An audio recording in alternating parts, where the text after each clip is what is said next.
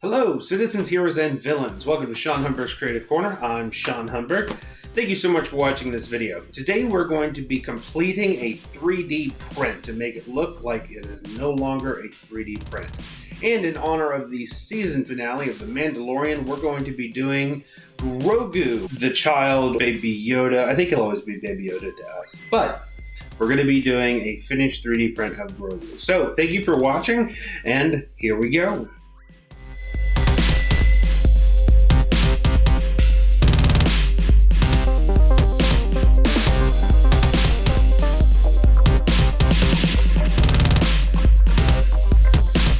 Okay, so today we're going to be finishing out Grogu. There's a few different things that we're going to need and some things that you're going to learn the right way to do things and the wrong way to do things. I'm going to show you by showing the things that I did wrong. First of all, when you have a 3D print, 3D prints are going to have layer lines because if you know anything about a 3D printer, it doesn't just print pieces, it prints in layers. So every single time it prints, there's this little line that it puts in.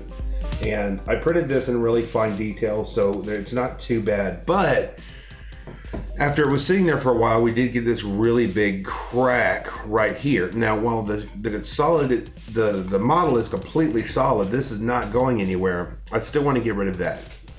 Another thing is, when I printed it, I ran out of filament right here. And what that meant is that the 3D printer was printing in just midair.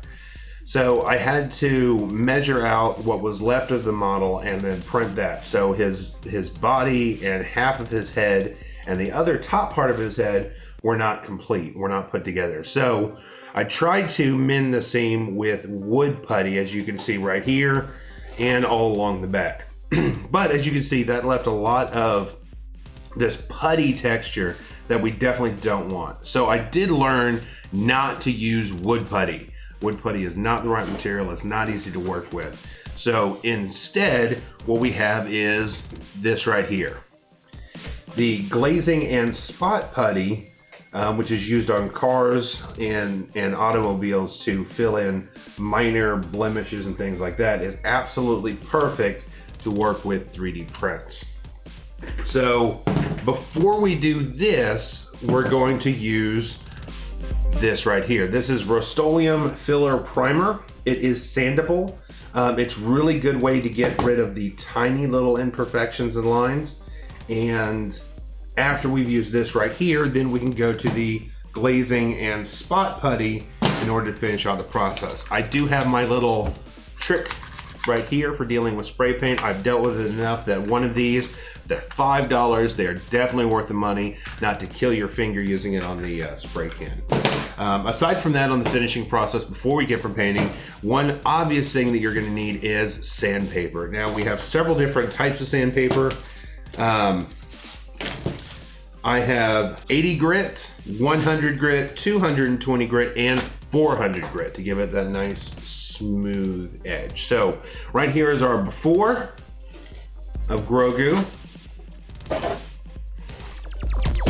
And the first thing I'm going to do is sand down this wood putty texture and get it back down to the original plastic before we continue, so that I'll actually have something semi-nice to work with.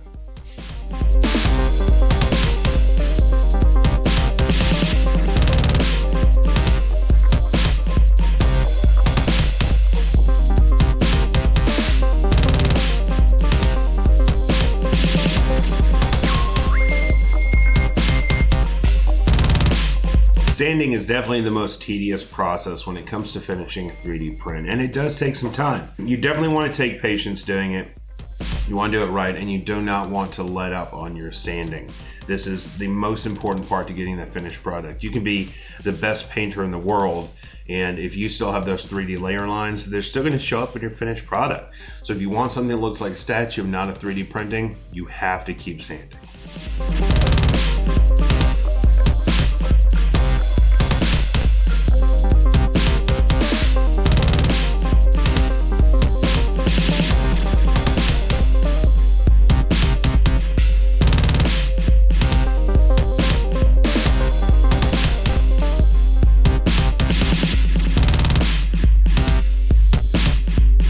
also important when you're doing this to not be afraid to bend and manipulate and mold what you're doing, because as you can see right here, I've got some areas inside the ear that I have to get sanded, and I'm not going to be able to do that by just holding the sandpaper flat. So you can't be afraid to really get in there. This stuff really holds together well. You're not going to have sand just everywhere. So like right here, I can fold this into a cone, just like that, and I can get into those really hard to reach places.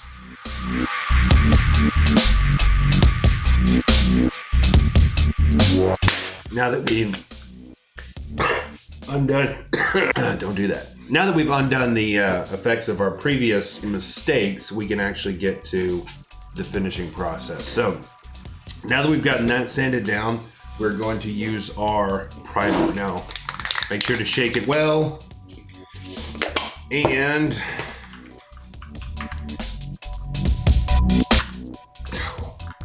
worth it. Here we go. Okay, so now we have a painted Grogu. Sorry I didn't get the entire process of that. I totally forgot to hit record. I make mistakes. Don't tell mom. So by doing this, we're able to see a lot of imperfections. And again, this is why I like to use the gray, because it gives it a very neutral tone, and that neutral tone lets us see any issues or imperfections or anything like that. So while I was painting it, I was actually able to see right here, there's another split that I didn't know about to begin with. So that's something I'll be able to fix now that I can see it. So now we get to use our spot putty. So the reason the spot putty works so nicely is that it will take the shape of your finger. The wood putty didn't work because it really did clump together and just made so much more to sand down. Spot putty is pretty simple. Take some spot putty. I'm gonna gloop it on my finger here and rub it across. Now, the spot putty is going to work very well wherever you put it, and it's going to smooth down very well as well. So I'm just going to rub it in not only where it needs to go, but also all the way around it to give a nice smooth down from where it started. Try not to leave any high spots, because that just means that I have less to sand and worry about.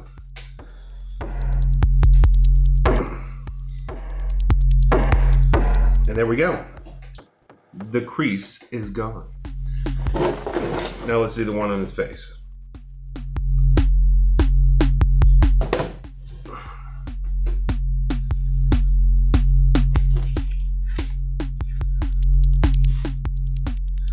Now the one on his face is a little bit deeper, so I'm really pressing it in there.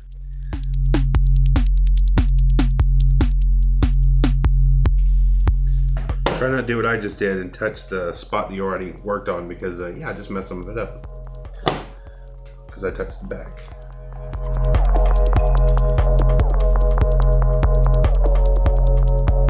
Now this stuff does have a pretty quick setting time, so you do not want to do too large of an area at once, because it'll start drying before you're able to fully do anything with it. And that's another reason that I'm using my hands and my nails to sort of pull it along the rest of the model to really smooth it out in the rest of the area. So you can already see it starting to like almost turn into a clay right there, which means that that is going to require a little bit more sanding than I wanted. Now the top of the head, you can really, let me see if it'll focus in there. No, let's see. No, well, you can't see it on camera because my camera's not that great, which I hope to upgrade soon. But top of the head, you can really see those layer lines and where it finishes off. So I definitely want to get a good amount right on the top of his head.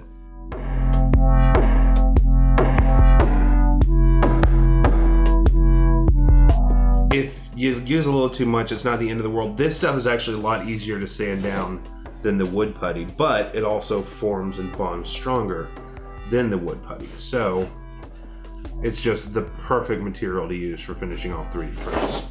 He's starting to look like he was attacked by Jawas. Just saying. Okay, so while those areas are drying, I'm going to continue moving to any areas where I see a large amount of layer lines and going ahead and adding more of this. And you can see on the back, it's already pretty much dry.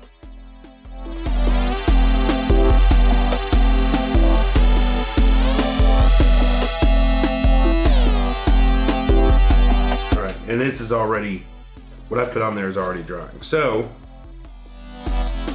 put the cap back on. And I'm gonna go wash this off my hands, because for one, once it's drying on your hands, you definitely need to wash it off, or whatever you put on your hands to try and work on the model is just gonna mess up and turn into a clump, and you'll end up screwing up the figure. Again, patience is a virtue when it comes to any kind of artwork, whether that's taking a break, taking a breather, getting your mind in the right spot, or allowing your materials to set properly or dry properly. Always important to be very patient. It's not worth screwing things up. The 80 grit sandpaper is what we used to begin with and get a large area.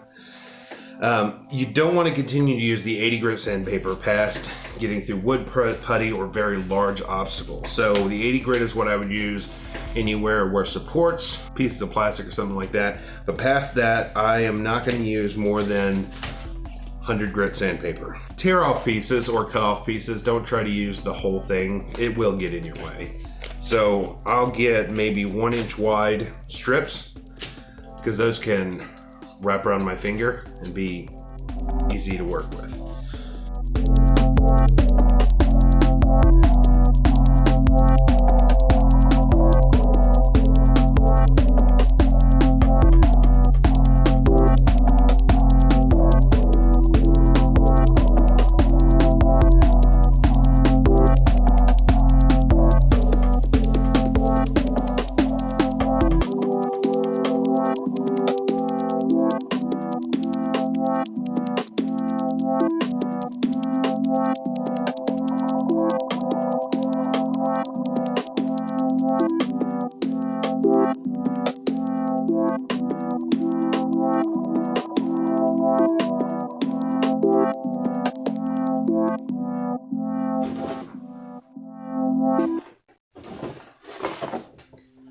Alright, so it looks like we got that seam good for the most part. And again, a lot more is going to come out during the sanding process. So this portion is spot sand. Just, you're going to be doing that a lot. So if you do want to get into 3D printing, now if you want to go straight into painting it, you absolutely can. It's not going to look the same. It's not going to look like a statue. You will see the layer lines, and people will look at it and go, that's definitely a 3D print. I personally want people to question it. They might see a line somewhere and be like, is it? But I want them to think about it for a second. So I like to do the whole finishing process. So we're gonna let this dry, and we're gonna give it about 5-10 minutes, and we'll be right back. Okay, so his head's not quite dry yet, but we have had time for his back to dry. So we're gonna go ahead and start on that. Now, for this material right here, we're switching to the 200 grit sandpaper.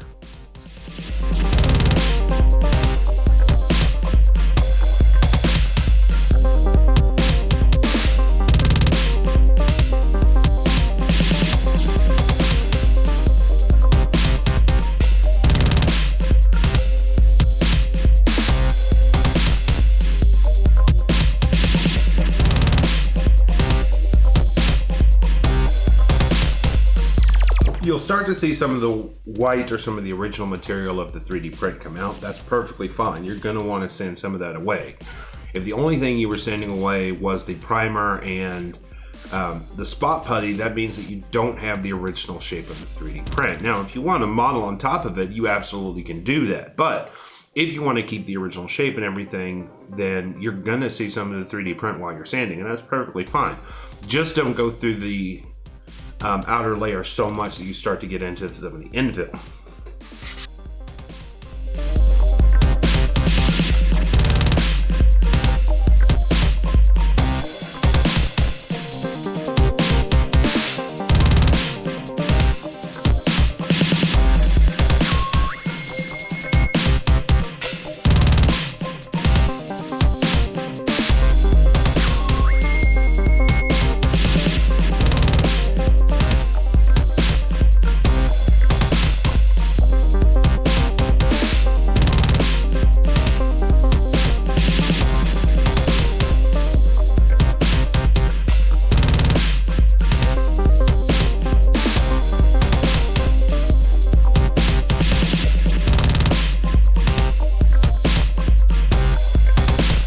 Okay, so this process is going to take some time. I'm going to go ahead and finish the sanding process, and then we're going to go ahead and do another coat of the primer. Now, the second coat of the primer is going to show any issues that we may have had from everything that we've done. So when you have all these different mixtures of colors and textures and everything like that, it's really hard to see any kind of imperfections that are still there because of the shading. So always go back through with another base coat of a single color to show you where any imperfections or anything might be. So I'm gonna keep doing this process, and then you'll be able to see these finished parts, and then I'll do the extra coat.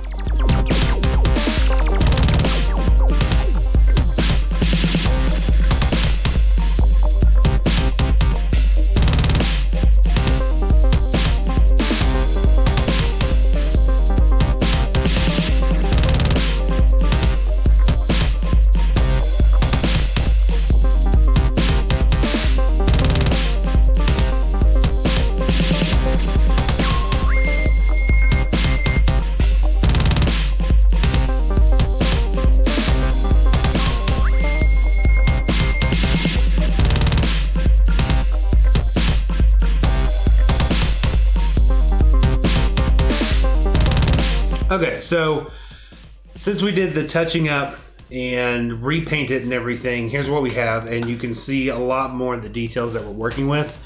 I also went and bought a new camera to do this recording process. Not this one, but this one right here, so that you can actually see the details that I'm talking about now. So especially, let it focus. Oh my goodness, I love this camera. It auto-focused, it's nice. Anyway. So now you can actually see the details. You can see the lines and everything that I was talking about with the layer lines. You can also see in here, we still have to do some sanding, but by doing that, doing the spot putty and then following it up with the gray spray paint, it really brings out all the details that we have to work on. So now we have more sanding to do. So I'm going to do some more sanding, a little bit more spot putty, try and get rid of some more of these lines that you see right here. Let's get to it. Okay, so a couple more tools that definitely come in handy for a process like this are X-Acto knives and a file. This is a file particularly meant for wood, softwood, and plastic. So I'll be able to use this to get into the really small details.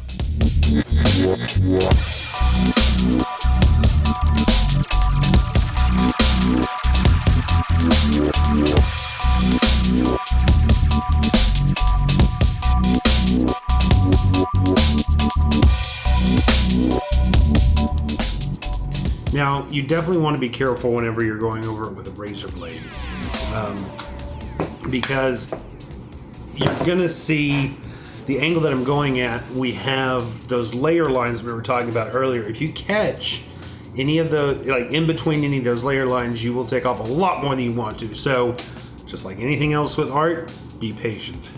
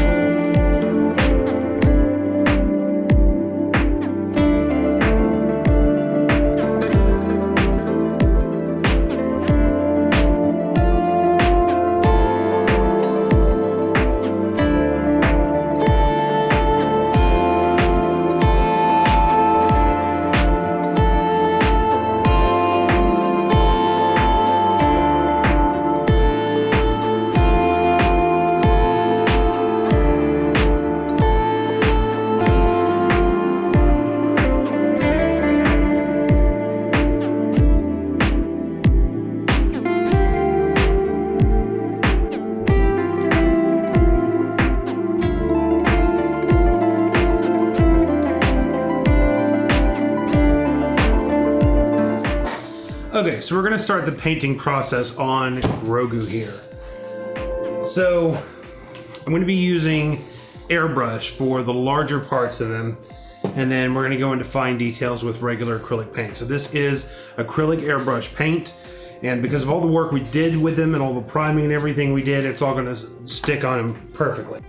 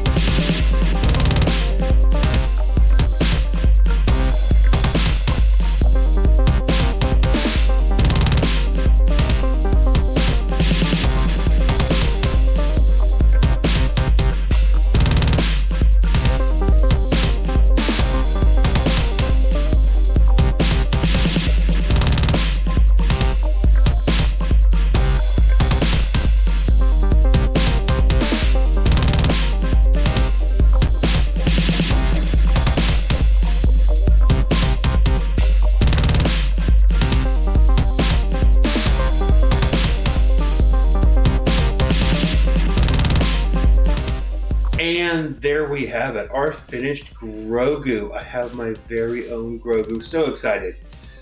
So If you haven't seen the season finale of The Mandalorian, please watch it. Watch it now. And leave in the comment section below what you thought. Any theories that you might have. I would love to hear them. So thank you so much for watching. Please make sure to like and subscribe. Leave in the comment section below what you would like to see me make next, what you'd like to learn how to do. I've absolutely had a blast making these videos, and I would not be able to do it without the support of all of you. So thank you again for watching. Cannot wait to see what we build next. Sean Humburg, signing out.